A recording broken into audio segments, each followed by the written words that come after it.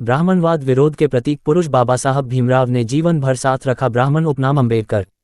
बाबा साहब की दूसरी पत्नी डॉक्टर शारदा कबीर भी ब्राह्मण थीं, जिन्होंने शादी के बाद अपना नाम कमला अम्बेडकर कर लिया था।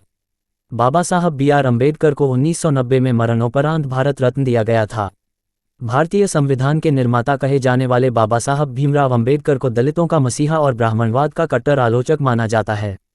लेकिन ये बात कम ही लोग जानते हैं कि बाबा साहब का सरनेम उपनाम अम्बेडकर मूलतः ब्राह्मण सरनेम है। बाबा साहब का असली सरनेम आंबावडे का था। उनका परिवार मूल रूप से महाराष्ट्र के रत्नागिरी जिले के आंबावडे गांव का रहने वाला था। बाबा साहब स्कूल जीवन से ही एक मेधावी छात्र थे। इस वजह से उनके स्कूल टीचर महादेव अम्बेडकर उन्हें बहुत मानते थे। महादेव अम्बेडकर ने ही प्रेमवश बाबा साहब भीमराव के साथ अम्बेडकर सरनेम जोड़ दिया। बाबा साहब ने कभी इस सरनेम को नहीं बदला। बाबा साहब का जन्म मध्य प्रदेश के महू में 14 अप्रैल 1891 को हुआ था। उनका निधन 6 दिसंबर 1956 को हुआ। बाबा साहब की दूसरी पत्नी डॉक्टर शारदा कबीर भी ब्राह्मण थीं। बाबा साहब की पहली शादी 1906 में रमाबाई से हुई थी। पहली शादी के समय बाबा साहब की उम्र 15 साल और रमाबाई की 9 साल थी। 1935 में रमाबाई का बीमारी के कारण निधन हो गया। पहली पत्नी के निधन के करीब एक दशक बाद 1948 में बाबा साहब ने शारदा से दूसरी शादी की। शादी के बाद शारदा ने अपना नाम बदलकर कमला अम्बेडकर रख लिया था।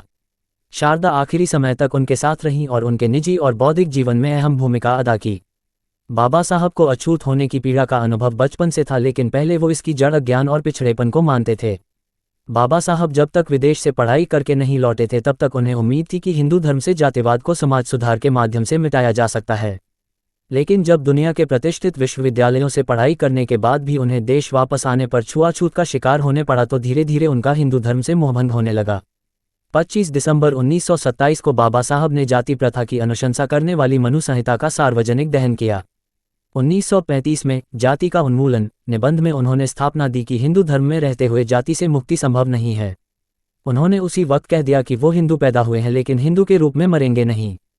इसके करीब 2 दशक बाद बाबा साहब ने 1956 में अपनी मृत्यु से पहले अपने 5 लाख समर्थकों के साथ बौद्ध धर्म ग्रहण कर लिया था।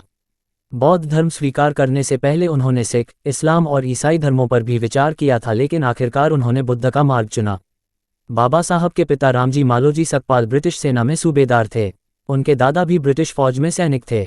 वो अपने 14 भाई बहनों में सबसे छोटे थे। उनके पिता अपने बच्चों को शिक्षा दिलाने के लिए 1897 में सतारा से मुंबई, तब बॉम्बे में जा बसे। मुंबई के प्रतिष्ठित अल्फिंस्टन कॉलेज में पढ़ने वाले वो पहले दलित छात्र थे। 1913 में वो 22 साल की उम्र में अमेरिकी की कोलंबिया यूनिवर्सिटी में पढ़ने के लिए गए।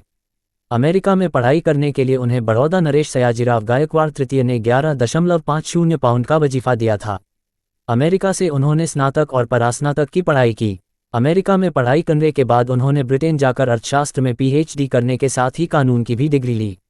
आज़ादी के बाद महात्मा गांधी के सलाह पर देश के पहले प्रधानमंत्री जवाहरलाल नेहरू ने बाबा साहब को देश का पहला कानून मंत्री बनाया। उन्हें संविधान निर्माण समिति का उन्हें चेयरमैन भी बनाया गया। नए आज़ाद हुए देश भारत के लिए एक प्रगतिशील संविधान बनाने का बड़ा श्रेय उन्हें भी जाता है। बाबा साहब BR अम्बेडकर को 1990 में मरणोपरांत भारत रत्न दिया गया था। सूचना सिर्फ मान्यताओं और जानकारियों पर आधारित है। यहाँ ये बताना जरूरी है कि यह मेरा वीडियो किसी भी तरह की मान्यता जानकारी की पुष्टि नहीं करता है। किसी भी जानकारी या मान्यता को अमल में लाने से पहले संबंधित विशेषज्ञ से सलाह लें। धन्यवाद।